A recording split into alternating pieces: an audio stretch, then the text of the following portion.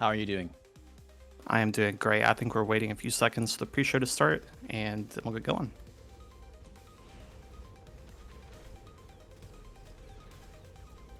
All right, hello, and welcome to another Balanced Townhall presented by MAG1. I'm your host, Time for Miracle. Before we get started with introductions and our topics for today, I would like to give a brief foreword before we begin. So while ostensibly we are here to discuss balance, MAG1 is a game that we all play for fun because we all love it and think it's great, right? So therefore, I would just like to offer the idea that when we're discussing things, that how fun or unfun we perceive something to be is just as, if not more important, than how balanced it is. Now, that being said, let's do introductions. Rooster, would you like to get us started, letting anybody who does not know you, who you are, and what you do for MAG1 and the community? Sure. Well, for those of you that don't know me, I'm Rooster. I've been streaming the game for about 1.5 years, creating content on YouTube as well. And I've been involved with MAG1 as a caster, and I guess you could call it a promotional partner. And yeah, that's pretty much who I am. Very good. Thank you, Rooster. Apuchi, would you like to introduce yourself next? Hello, yes, I am Apuchi. And I play this video game. And I also stream. And I'm surprised if you don't know me. So, yeah, all right. Thank you very much, Apuchi. I would certainly agree with him. Very, very good at the video game. Been so for a long time. Sorry, would you like to introduce yourself next? Yeah, hello, I am the Rat. I play this game and make some YouTube videos about it. That's about it. Also stream sometimes. Wonderful. Thank you, sir. And Wonderboat, would you like to introduce yourself as well? Yes, hello, I'm Wonderboat. I'm from Canada. I'm pretty much just a player. I don't really stream. I do commentary for MAG1, so Saturdays at 14 USTC. That's probably where you can see me actually, I guess, in a public-facing sense. And yeah, I love Mechabell. Most excellent. And last but not least, Arbiter, would you like to introduce yourself to our audience as well? Sure. I am Forgotten Arbiter. I also play Mechabellum. I was top 4 this season in MAG1, and I don't stream very often, but I may be an analyst for MAG1 next season. We'll see. Most excellent. Thank you all very much. So let us begin then. The really exciting things that are happening this week with the game. So I think the thing that was spoken of earlier in the interview with Bear-like and that has been on everyone's minds is, wow, how different it is that things cost 50 less supply if they're sharding units and or scorpions or wraiths. That is a really, really big change relative to how the game has been for a super long time. Wonder, I know you have lots of thoughts on this, so would you like to get us started? What are your just general thoughts on this? I think it's extremely, extremely good.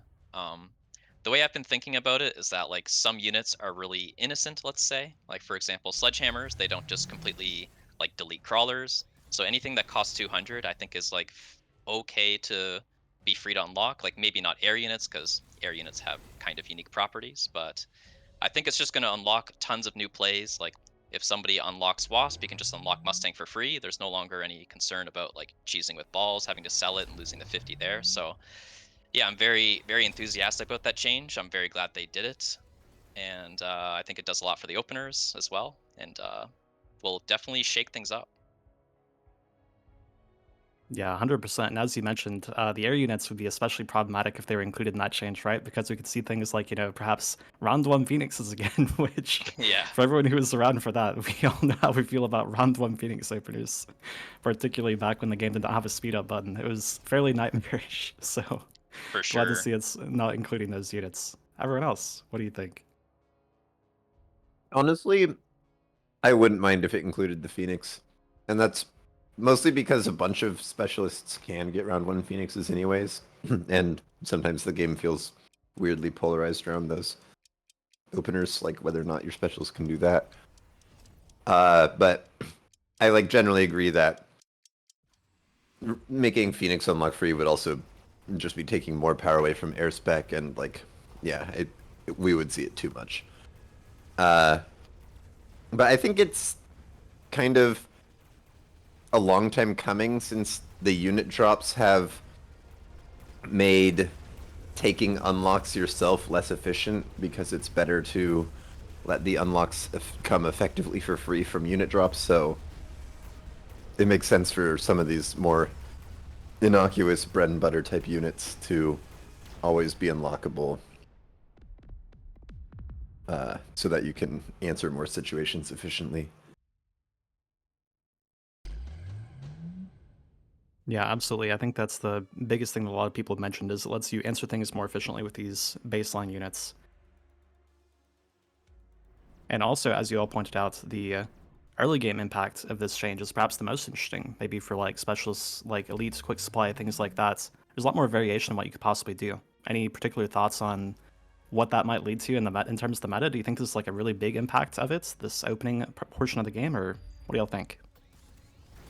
I think that impact is a little bit overstated.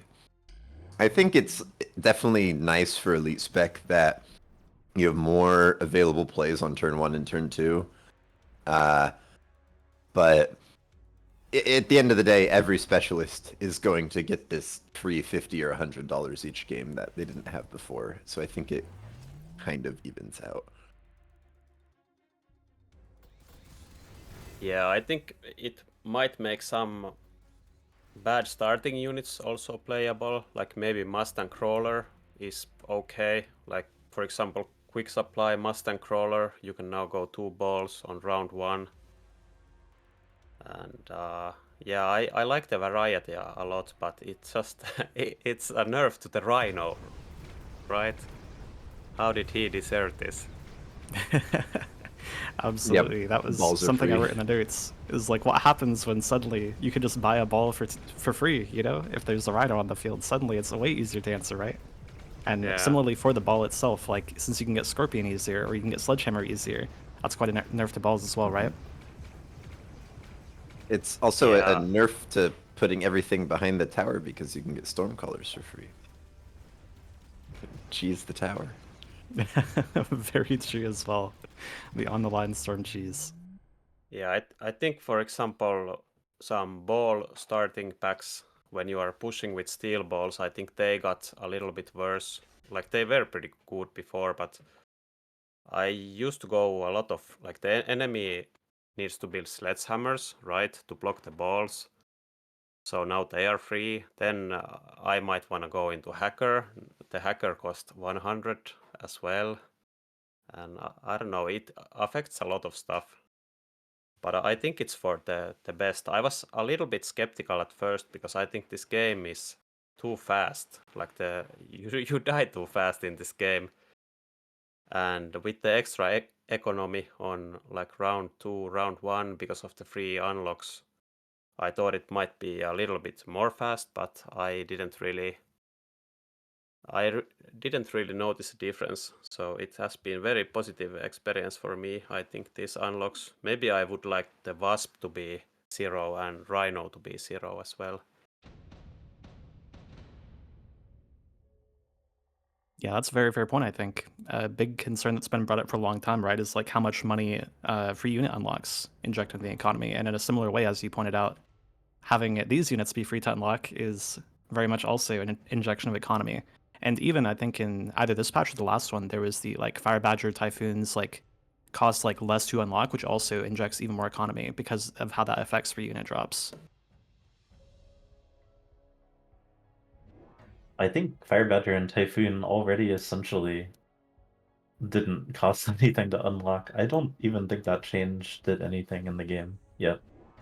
Yeah. Oh, did that actually not have Like a actual almost all impact? Fire Badger drops are free, and most Typhoon drops are free too.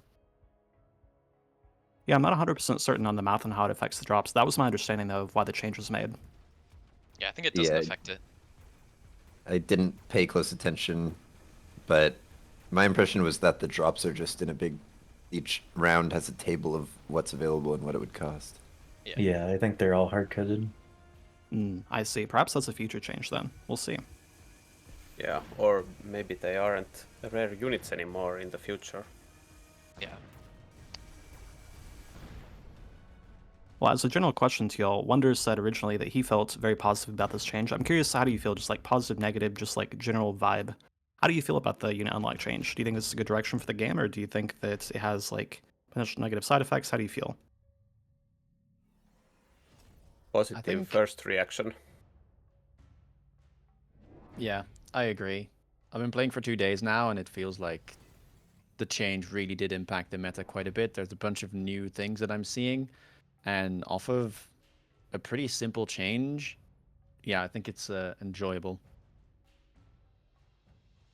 Yeah, it feels like an expansion of sort of the basic set of units from the 500 cost units or 400 cost units to a wider set where it just gives the impression that the game is getting bigger, which it is. There's a lot more units than there used to be. I think also we've been gradually nerfing every single starting 200 cost unit over the last year. Yeah. And they're finally like all in a point where it's even kind of hard to snowball them, even if you can unlock them round one. Like a lot of them used to have big snowball issues. For sure, definitely. Steel ball especially is a very far cry from where it used to be, where if you get a blue ball on turn 2 and a heavy armor on turn 2, it's just game over, right? But That we still sit currently sometimes very far happens, from and that. it's still very powerful when it does. But Yeah. yeah, that used to Indeed. happen way more, and For be way sure. more strong. Absolutely. And we have things, like the items have been less powerful over time that has impacted that as well. But as Arbiter rightfully points out, that is way, way, way less common. It used to define so many games. But yeah, really exciting stuff. Before we move on to the next topic, I would like to give a reminder to the audience. I forgot to mention up front, if you have any questions that you would like to ask us as we go throughout this discussion, feel free to write them in chat, and we will take a few minutes towards the end to discuss those briefly. So feel free to write those there, and I will note those down. All right, so for our next topic, hounds. The elephant in the room, or dog in the room, I guess. I don't know. How do you all feel about hounds? Just general thoughts. Rooster, what do you think to start us off? It's an interesting one. Of course, we've been waiting, I feel, for a new 100 cost chaff unit, maybe you can call it, for some time. So, yeah, it's for now. It seems like it's still a bit underpowered, I have to say. I haven't really seen anyone be able to figure out what it excels at, because it's an awkward one. Like, it doesn't really feel like chaff, and you want maybe to use it as chaff clear, but then, if they have to chaff clear, you can't have them die like chaff does. So yeah, I've seen a lot of charge shot arc lights coming out early, especially when you have starters like Steel Ball Hound, and that seems to be quite powerful and hard to transition out of. So yeah, it's a curious one. I'm happy they added it, and I love the way that it looks and the way that it fires, but yeah, for now it just seems situational at best. Yeah, it looks kind of bad, right?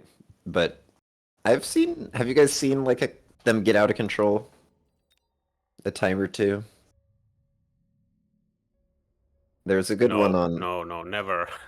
the I last night I was watching Dillo's stream, and there was one game where he just got smoked by he didn't really go into charge shot arc quickly, and his opponent just went hounds and got range on them quite early, and they just like snowballed in levels because he was playing elite spec, I think, and they just got out of control, and they put like Raidens behind them or something, and it looked really good. Yeah, I have seen that as well. It seems like the comps I have seen work are indeed the ones where it's like Hound plus air units. I know Surrey tried a bunch of Hound plus Overlord, Hound plus Raiden I've seen. I've had those elite games, or at least one of them, where it was the same thing, just like tempo out my opponents. But Yeah. I don't know to what extent that is Hound being viable, and to what extent it's just like my opponent happened to just make one wrong move. Yeah, and notably in these games, it's not really being used as a chaff unit. It's like they have crawler chaff, and the hound is like chaff clear. Yeah, I feel scammed by this introduction. It's like, we're gonna get a new 100 cost chaff unit, and then it's just not chaff. Like, what? Yeah. We go from Carlos being 24, Fangs being 18, and then ... 5? Like, bro. Yeah, I don't if you think it's fair to say it's just straight up not chaff. It's just more medium chaff, like a Yeah. sledgehammer, right? Yeah, and that's a lie. I'm sorry, it's a lie. I'm it, scared. it's almost like Mustang style chaff, right? Where because you're getting 5 bodies for 100, whereas Mustang is 12 bodies for 200. It's very similar body count, but they're healthier. Yeah. I guess for their I'm- cost, yeah, but the deployment cost is real.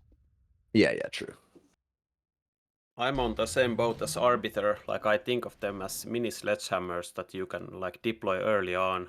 And obviously, if you go like only sledges, maybe it's not good. But if you mix them in with other chaff units like Crawler, make a mix of Crawler, Fang, Hound, I think it has been feeling pretty good.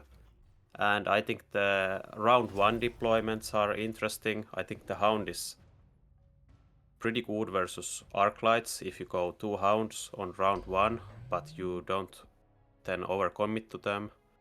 And I think the Hound has been feeling a little bit weak, but I think there's a lot of potential in every single one of its technologies. Like I think the armor is very interesting for 100 cost unit. You can flank with it, you can like brick Mustangs. And then the fire is pretty interesting. I haven't gotten it to work that well yet, but maybe I'm positioning the units wrong, maybe there's some more to it. And also the fire extinguisher, it has been really strong sometimes when I build Mustangs. But that's the positioning on that is also very important.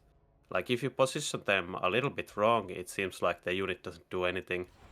Or you need to go like multiple techs on it. Like you need, I think if you go range plus like fire extinguisher, it's just useless because you are investing too much into the unit. So you just need to position it a little bit more back for the extinguisher to work and the unit to not to die. But I think it's very interesting unit. I haven't figured it out at all yet. Yeah, I think it's a little too early to draw conclusions for me because people are still figuring it out. I think it has some interesting applications because of its cost and its range. You can definitely layer it like behind behind armor rhinos, and then have crawlers come in, and then have charge shot phoenixes in there, and they can kind of play the role that Mustangs used to play in that kind of comp. And that can be very high tempo if your hounds don't just fall flat very quickly. And also defensive hound drops have looked pretty good into crawler based pushes, for me at least. You get a bunch of level 2 hounds all at once, and they kind of clear the crawlers, and it's pretty awkward for a lot of aggro comps to kill those things early on. So you can really kill the tempo of some like ball pushes, for example.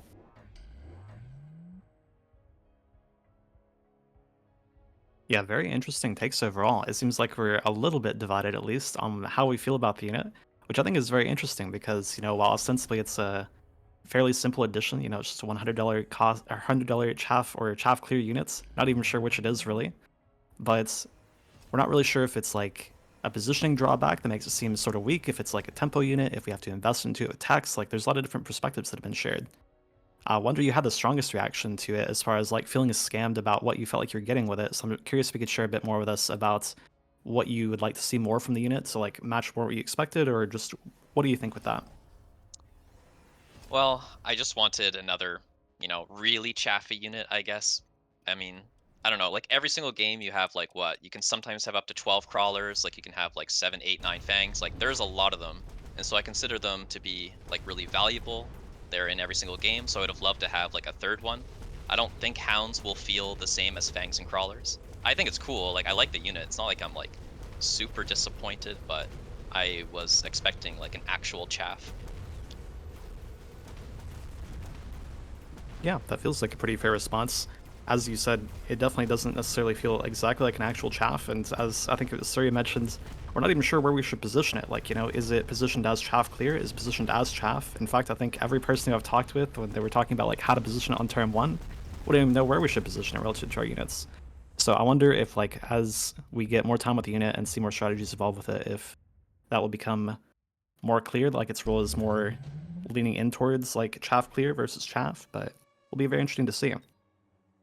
One thing I am very interested to discuss with y'all is this unit has some really, really killer techs if they are, costed and balanced appropriately. It has armor, it has fire extinguisher. And obviously for a long time, people have been asking for a counter to fire. So I'm curious, just as a general thing, What are you guys' thoughts on the unit's techs? Do you feel like they're maybe too small in the case of like fire extinguisher, too expensive in the case of like armor, perhaps? Not saying they are or aren't, just giving some thoughts. How do you feel about its techs? Where do you think they sit? I mean, I agree with your examples. I think they designed especially the armor tech very cautiously. If you just look at the numbers on that tech versus the numbers on every other unit's armor tech, it is just strictly worse on every factor than every other armor tech in the game, right? Which Absolutely. makes sense, but it is clearly a huge dose of caution. Like you can say, well, it's armor on a 100 cost unit. Yeah, so is Arclight armor, and that costs 150. And you can say, yeah, it's a squad unit, but like so is Sledge, and that gives more health, and also is cheaper. But I get why they did it. Like it's a really scary idea that your 100 cost chaff like can't be cleared by half of the chaff clear roster. But I think to Wonderboat's point, it's like so not wide chaff that that's fine. It just gets cleared by like Phoenix if they armor it, and like heaven forbid you armor it and then someone just clicks Scorch on their Vulcan, and like you paid $400 for that armor. It is actually pretty okay versus Scorch Vulcan. Like not amazing, but I think it's okay. I had a couple of games where I went Hounds and the enemy went Vulcan. The Vulcan can kill them, but it is pretty slow with Scorch. Or without Also, Scorch, I mean. Do you have a level advantage in that scenario? No, it's like level 1 Hound versus level 1 Vulcan without Scorch, I mean. Without Scorch, yeah. Yeah, But once they have yeah, Scorch, they have 180 damage, and they are just triple the capacity of the armor at equal levels. Yeah, but then you go boats and he has Vulcans, then he's dead, Yeah, right? Yeah. Maybe that's the line. Maybe that's the Yeah. trick. Maybe armor Hound is a good bait. But I do think that the armor is it could be a little bit better. Maybe it could cost 350 or it could give a little bit more stats, but I think they went the right direction designing it cautiously, as you said. Yeah. I'm also very glad they went for a cautious design on the armor, because there's a lot of factors that make it potentially very problematic. Hound is the fastest leveling unit in the game, basically. It levels just as quickly as Crawler, but it's range, so it tends to get more assists. It has, like, if a lot of people just don't put it on the board randomly, unlike Crawlers and Fangs, so it can come in high-level unit drops, and then maybe suddenly your Vulcans do have to deal with level 4 Hounds with armor, and they can't kill them. And actually in Headbutts, it's very nice against Badgers, which are like the best Headbutt Chaffler unit.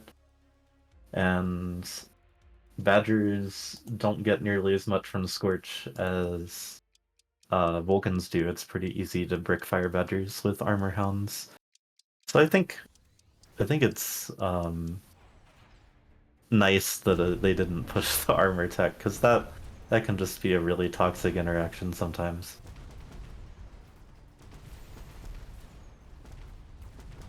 For sure. I think you all raised great points there, especially with this, somewhat invisible aspect of the Hound, which is that it does level as quickly as a Crawler. Like, that is a really, really big deal, I feel, for a unit that has access to armor and is also ranged, as you pointed out, Arbiter. Like, that thing could just become really problematic really, really quickly. And at least when I think of, like, why they ought to be cautious with unit changes or introductions of units that are akin to Chaff, I think of Loose Crawler getting introduced at $200 and also no HP Malice, and I'm like, let's not do that again. So personally, I'm very happy to see that it is a very cautious introduction of the Hound and its armor. I'm curious what you all think about the fire extinguisher and the fire tech for it. How do you feel about that? Just any general thoughts about it being on a unit that's $100, or even just the efficacy of the techs themselves? I think. Go ahead. Oh, I think it's an interesting one. It's situational, but I haven't had enough games where it actually feels like it's playable. it doesn't clear oil, which is kind of I don't know. Maybe that would be too strong, but I feel like a lot of fire rounds are like a one-turn thing. Like it's going to be one turn of oil slow into one turn of oil fire. It's going to be one turn of incendiary. So often I feel like the hounds are just going to be too late, or it's weird to click preemptively. You also need to have sufficient amount of hounds on your board. They need to not die instantly to actually be able to extinguish the fire. Doesn't mean that I haven't had games where it felt fine, but there were tools to deal with this type of stuff anyway, right? Like a lot of aggro comps already used barriers, or already used air units. Stormcaller fire kind of got toned down because of how efficient Mustang Intercept is. So it's a really cool tech, but I feel like it doesn't show up that often. Like it's hard to get good value out of it in a lot of games. Yeah, I think it's a really situational tech, but I kind of, for now, want to have it on my bar just in case the situation does call for it. I think part of the Hound is all the techs except range are very situational. Yeah. Yeah, the fire extinguisher, I think it could be maybe a little bit cheaper just because how rarely it's good. And the problem is that usually fire comes pretty late in the game, like maybe round 6 or something. And you can't like deploy hounds at that point of the game, right? Or maybe you can deploy one because you need your deployments for some higher impact units usually. So you need to have them already set up on the board to click the fire extinguisher tech. So that limits the use case a little bit more as well. But I like the tech a lot. When it's time to tech it, it has been really good for me. Yeah, it clears the fire. It does a good job of doing it, right? Just in a small area. Yeah, it works. It actually works. Good. And then the fire on the hounds, I think it has been a little bit underwhelming. Maybe I'm positioning my hounds wrong, but whenever I think it's really good situation to go fire, it just doesn't do enough, in my opinion. I even tried going Phantom Race with the oil spill and fire on the hounds, but it wasn't enough fire. But I'm still trying. I believe in it. Yeah, my experience with the fire is like I click fire, they click underground crawler, and it doesn't do anything. Because the fire is just so small. Yeah, I still have it there for oil turns mostly, but maybe I'll figure out a better way to use it. What It has a tech lot do of you have potential. off? What tech don't you run, Arbiter? I've been messing around. Usually they're fire mech rage. Okay, yeah. So I'm curious. I have one last question for you all related to hounds, and then we'll move on to unit drops. So it was brought up at the very, very beginning of this discussion. Do you think hounds have any capacity to get out of control? Much like fangs, they have access to range and mech rage, and they have a sort of similar damage profile to a Mustang. Obviously, they can't shoot up, unlike fangs and Mustangs. But do you think that has any merit? Like carry hound type thing? Just initial impressions. I mean, as Arbiter said, it's the fastest leveling unit. It just makes sense. Mm-hmm. Yeah. Everyone try it out on ladder. And report back with your results. Are you trying to assassinate our MMR here? What are you doing? But we gotta learn how, like, we gotta try it. I don't know. Yeah, for sure. Yeah, someone has to. I think maybe if you get some additional deployment cards, maybe it could be a thing sometimes, but I can't really see it.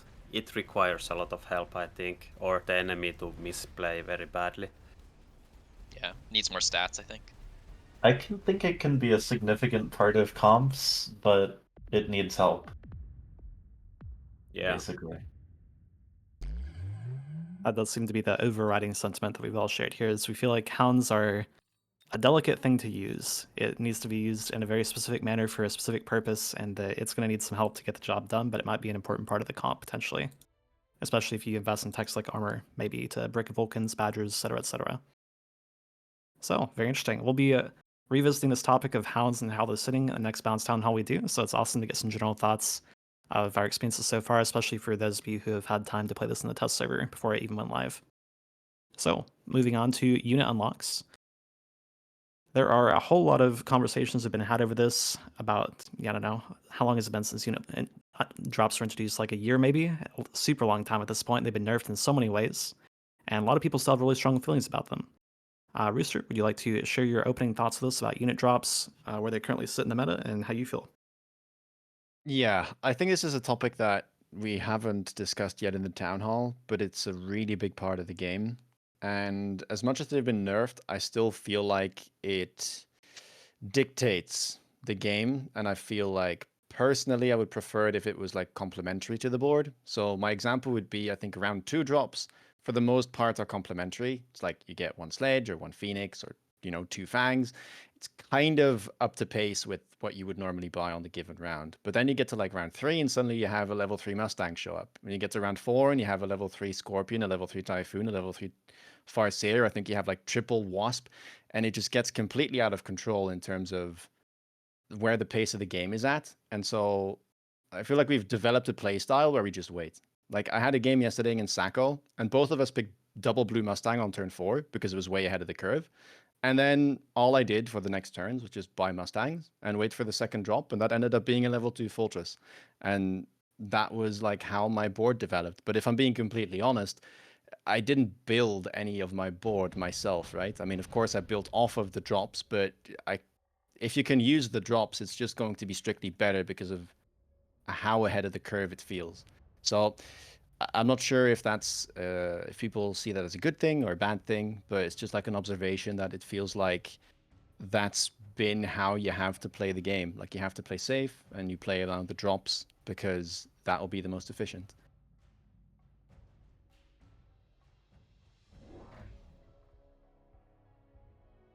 Yeah, it definitely feels like the pain point you're highlighting there is that playing around the drops and being forced even to play around the drops is the thing that you feel affects your gameplay experience the most. Is that something that the rest of you would agree with, or do you feel differently? Yes, I agree. Yep. It's the same feeling. Just waiting for the unit drops because it's the most efficient line. And if you are like behind on the start and you take a lot of damage and you wait for the unit drop, then you need to do something, and then you are like behind again because then the enemy gets a better unit drop usually. And I think there's a lot of problems with the late unit drops, like the middle one that comes on, is it round 5 to 7? I think Yeah. in that situation there's usually a high level unit that you cannot kill. Like for example, if you start building your board and you choose marksman as your single target damage unit, right? And then there's a drop of like a level 3 raid and the enemy puts a heavy armor on it. Like the marksman are not gonna kill it. So what do? Oh, I need to unlock this melting point to kill it. Well, now he beacons the raid to the other side. Oh, now I need the second melting point. Okay, then he sells the raid and then you have 2 melters that do nothing. And that's I think a very bad thing with the unit drop that's happening.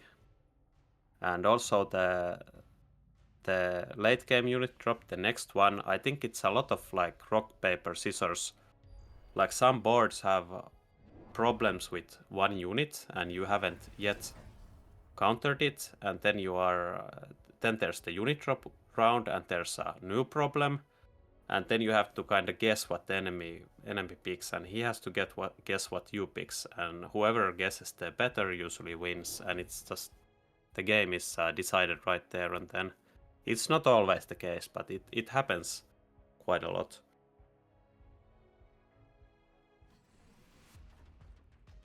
So that's my thoughts about the unit drops. I think a lot of the time it's like unit drops. Late game unit drops often just don't do anything unless they win the game. Which isn't Yeah. a great place for them to be in. I like the round 2 unit drop. I think it's in a fine place now.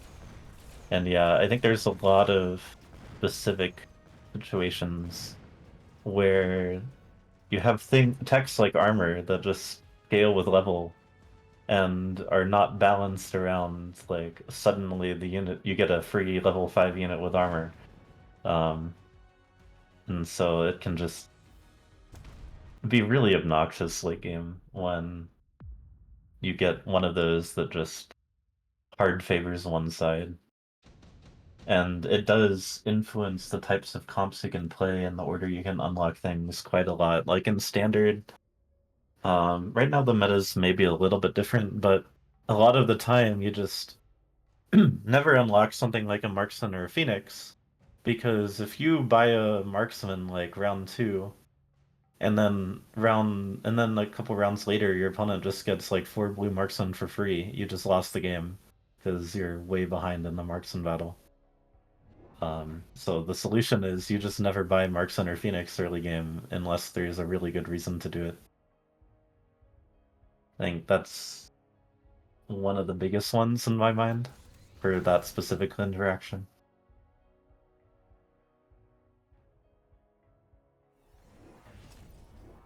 It's a very interesting point that you all bring up here that seems like you're all in alignment on. This idea that the late game unit drops in a really problematic spot because either the drop does absolutely nothing or it wins the game for one side.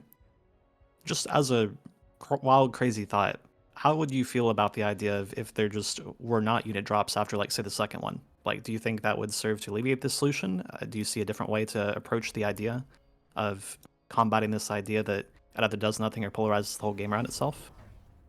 I like that idea. I think like the early ones let you have interesting lines that you may not receive in normal play patterns because you only have so many deploys, whereas like the later ones, like typically you're really low on HP, so you're just thinking, okay, gut shot, gut shot, gut shot, which I think is not really the interesting part of Mechabellum. I think it's sort of designing your board and continuously one-upping what's existing.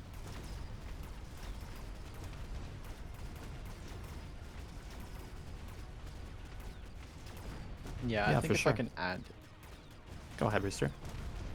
I don't have a problem necessarily with like unit drops existing. It's just that I think they've been toning them down, and in my opinion, it'd be better if they kept doing that. Like they managed to again like get the round 2 drops in a good spot, and I think it's not impossible to make the other rounds do that.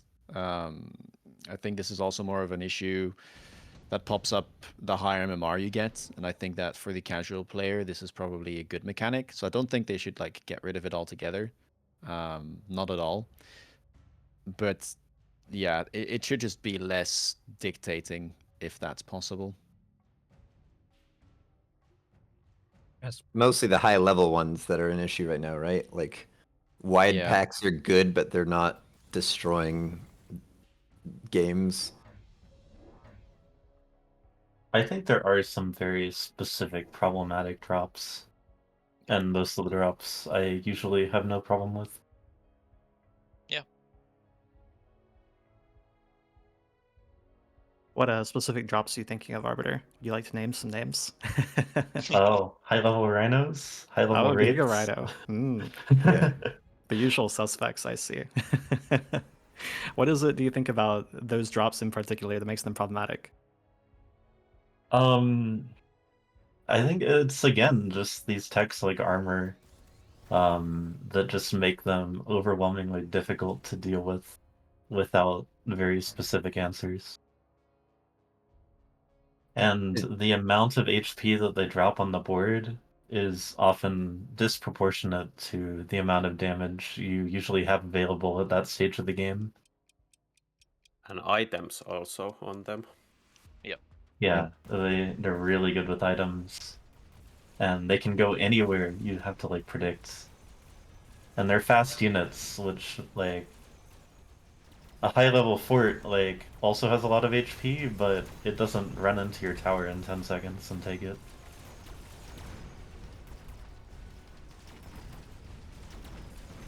Indeed. So it sounds like the big pain point in particular is like availability of stats on these units, just like as a raw stat value, like HP or damage, armor in particular, availability on these units. and also how well they use items, which is, tends to be a trend, I would think, for things that we perceive as problematic for balance, is how well things use items, but maybe not as much of a Yeah. concern anymore, given how many nerfs they received as of late. There's also like how efficiently they distribute damage across a whole team, which like Wraith is still kind of good at. Like some of the like they've brought back high level Phoenix drop and it hasn't broken the game, right? Like the high level Phoenix drop has been relatively fine, but it would be a problem if they brought back the high level Mustang or the high level Wasp, because those things just like can efficiently distribute their damage across any type of unit. That we already complained about the level 3 Mustang drop. Yeah, like level 3 Yeah. Mustang is already still a problem. It's a like, problem, definitely. It's such an auto pick. It was auto picked today in the finals. yeah. I think like the highest level of Mustang drop should ever come is 2. So on that note, I'm curious, just rapid fire, just what your thought is on the most problematic thing. Apuchi, what do you feel is the most problematic drop, and short description of why? It's the Rhino, and it's because of how polarizing it is, especially when there's one Rhino and at the max possible level for that round. Where you position it is such a guessing game, but also just the overall pick rate I think is just way too high. I'm just almost always gonna pick it just because of the impact it has on the board. Yeah, sounds super fair to me, for sure. Definitely feels very overrepresented in many games that I watch. Arbiter, what do you think? What's the most problematic drop and why? It's the Rhino, basically. Same reasons.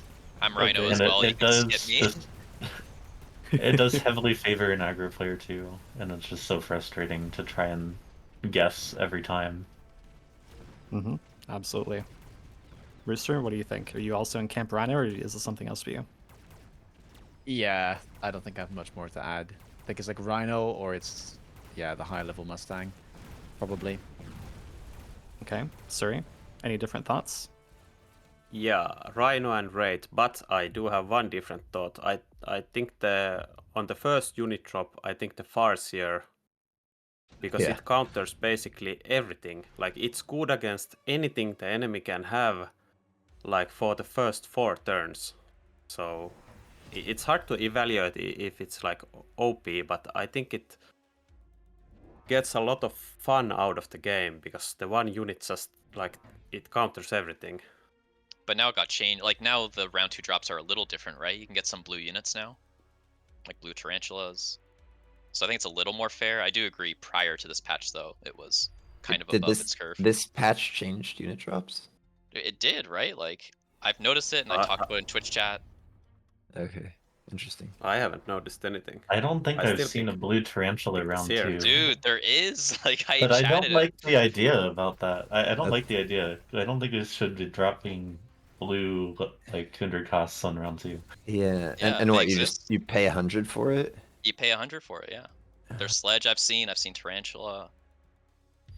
Maybe I'm high, but I asked about it in Twitch chat, and somebody else was like, "Yeah, what the heck is that new?" So I don't know. I don't like that. Well, I'll keep my eye out for it. But yeah, I agree with Suri. I felt that the Farseer was sort of the one problem in the otherwise really nice round 2 drop that exists in the game, like last patch. It's always an interesting choice if Farseer is not one of the options. Yeah, counters sledges, counters Wraith, counters Wasp. It counters everything. Yeah. So as one last point for this topic of unit drops, you all seem to be in agreement that the late game drops are problematic for a variety of reasons, and that the early game drops, we actually feel pretty good about, it sounds like, other than this maybe like edge case that we're discussing here, and also in particular the Farseer drop. Is there anything that comes to mind that maybe you think could help bridge the gap between how we feel about those early drops versus the later drops? Like any recommendations you might make? I think the late game drops just need their impact reduced even more. They're especially the tanky ones. Honestly, I think we should not have drops after the second set. Agreed. Yeah, and the first set should probably just fall more in line with what you would expect on a given round. Like it's the same with like Farseer, right? Farseer spec gets a one Farseer on round 4, but then Farseer can show up on round 2. Um, I don't know, like you get one level 1 Typhoon as Typhoon spec, but then the drop is a level 3 Typhoon on turn 4. Like I think if you bring those more in line with what you would expect on a round, then it would be more, yeah, enjoyable perhaps. You could just have the round 2 drop on rounds 2, 3, and 4. It's like it's random which round it shows up on, but it's the same value every time. Yeah, maybe. Maybe more intuitive. I think Cap's talking about the high-level Saber. The high-level Saber is not nearly as bad as the high-level Rhino, because the Yeah. high-level Saber doesn't get beaconed into your tower, and it doesn't have an extremely efficient armor attack available to it. Yeah. Very good. Well, excellent discussion on unit drops. We'll be moving on to the last part of our broadcast, the last 10 minutes or so, fielding questions from chat. If anyone would like to give a question in chat right now, or I also have a list that I've previously made as we were talking. But if you'd like to ask any questions, feel free to drop them in chat for us. Feel free to ask whatever you'd like, as wild or crazy as it may be, and we'll be answering all the ones that we can. In line with our current discussion that we're just having, I would like to field this crazy idea that I thought was really interesting. I'm not certain it's a good idea. You know, it could have some bad ramifications, but what would you think about the idea of if you could not sell drops for one turn so they can't be used as cash infusions? Do you think that's a good or a bad idea? Just what's your initial impressions? No. Nope. That's so Don't like it. arbitrary. I don't like it either. It makes it even worse for you if you can't use any of the drop. Yeah. Exactly. That was my thought Yeah, too, you know? I don't like it. But you could do it like you pick the drop beforehand, then you have to wait for one turn to get the drop, and you see what the enemy picks also. Maybe something like that could be good. I don't know. Very interesting, yeah. Could have some bad ramifications, as you pointed out, for if we just simply can't use the drop, then it's just useless and dead on the board, right? And it further perhaps amplifies the like asymmetry of one player benefiting from drop and the other not benefiting. Is probably the main things that come to mind from that for me. Yeah, not good. All right, next question that I saw that was very interesting was, I think we even talked about this a bit last time, but unit drop card, or not unit drop cards, but unit cards specifically, like extended range Phantom Ray, for example, is used as an example, ER Vulcan, etc., etc. How do you feel about those cards that see less play, such as ER Ray, that often is just like a total meme?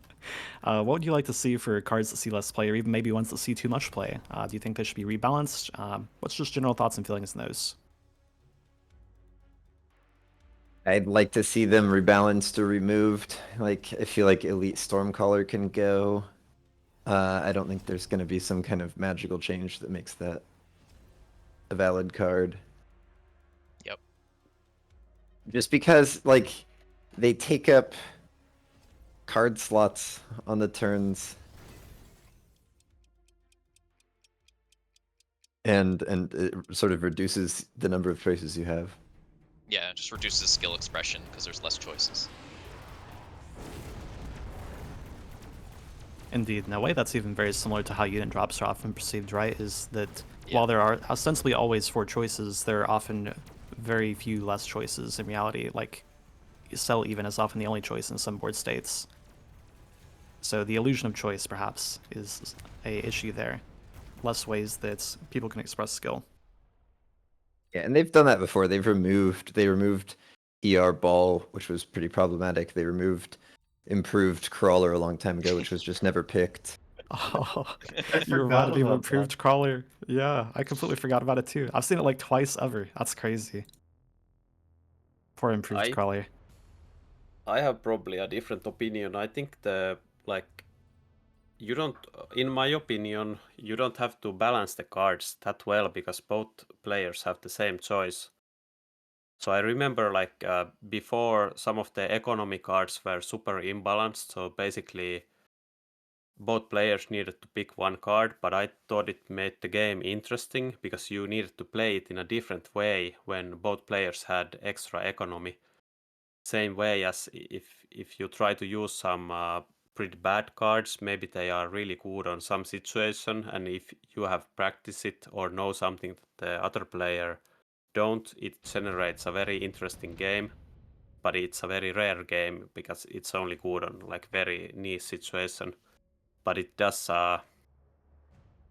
yeah, like others pointed out, it's basically a dead card most of the time, so it takes away one choice.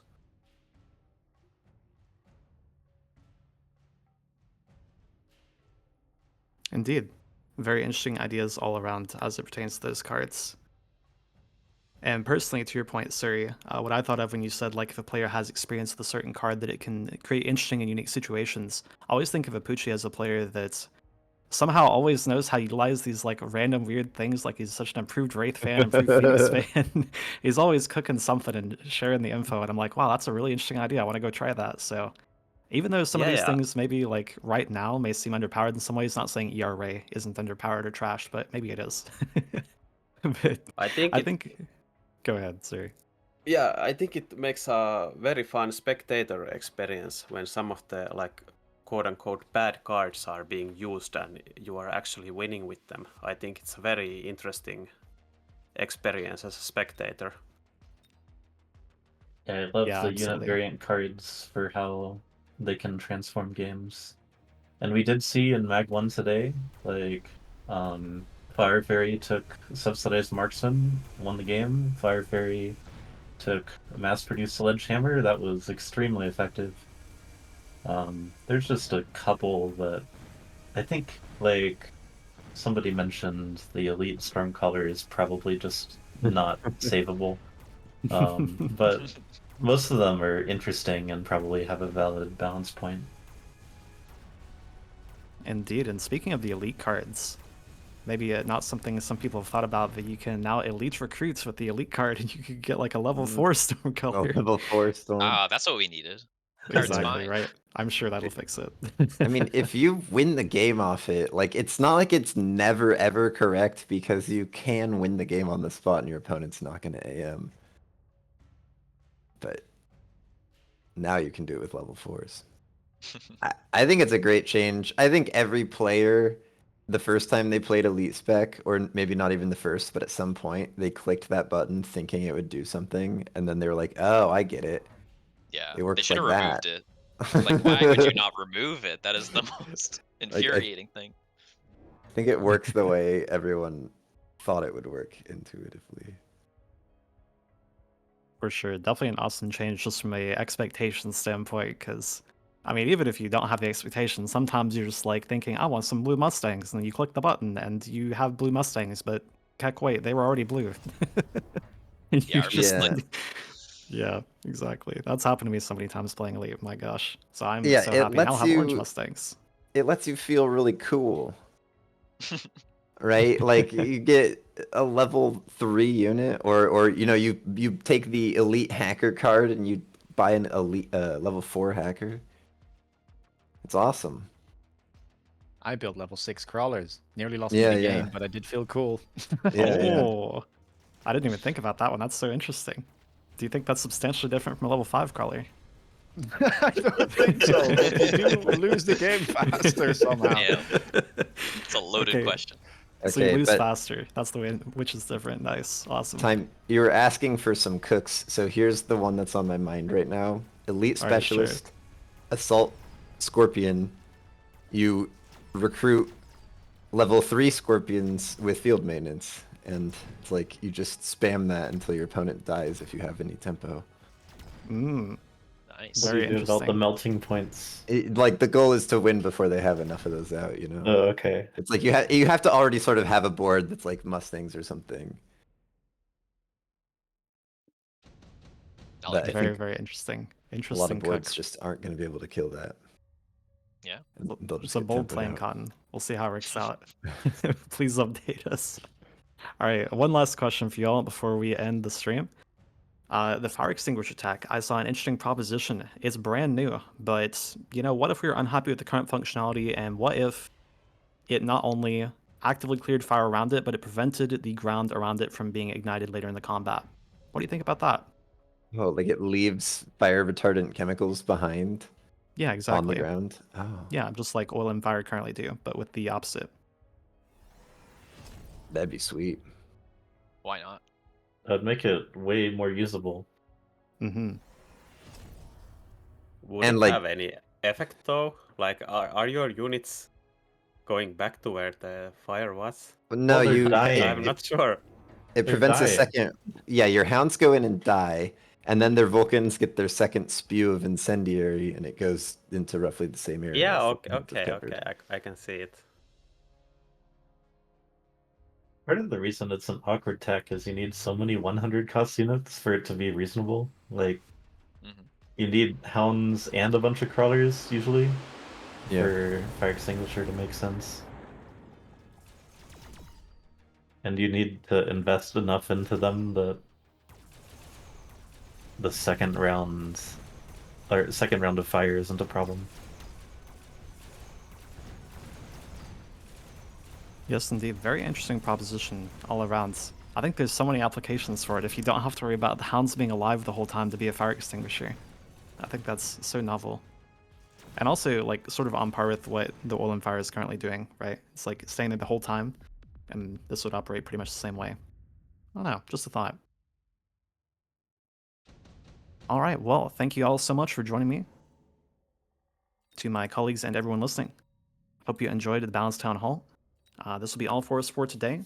In approximately 3 weeks, we'll be doing this again. Next time, we'll try and time the Town Hall after a week has passed from the patch, assuming that we follow a 2-week cadence so that we can discuss changes after we've had more time to play with them. And yeah, I think that's pretty much it. Thank you very much once again for being here.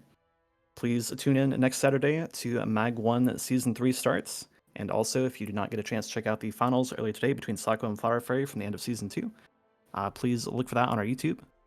And I think that's pretty much it. Thank you very much once again for watching. I've been Timer for Miracle. Have a good rest of your day. Bye bye. Bye, everybody. Goodbye. Bye.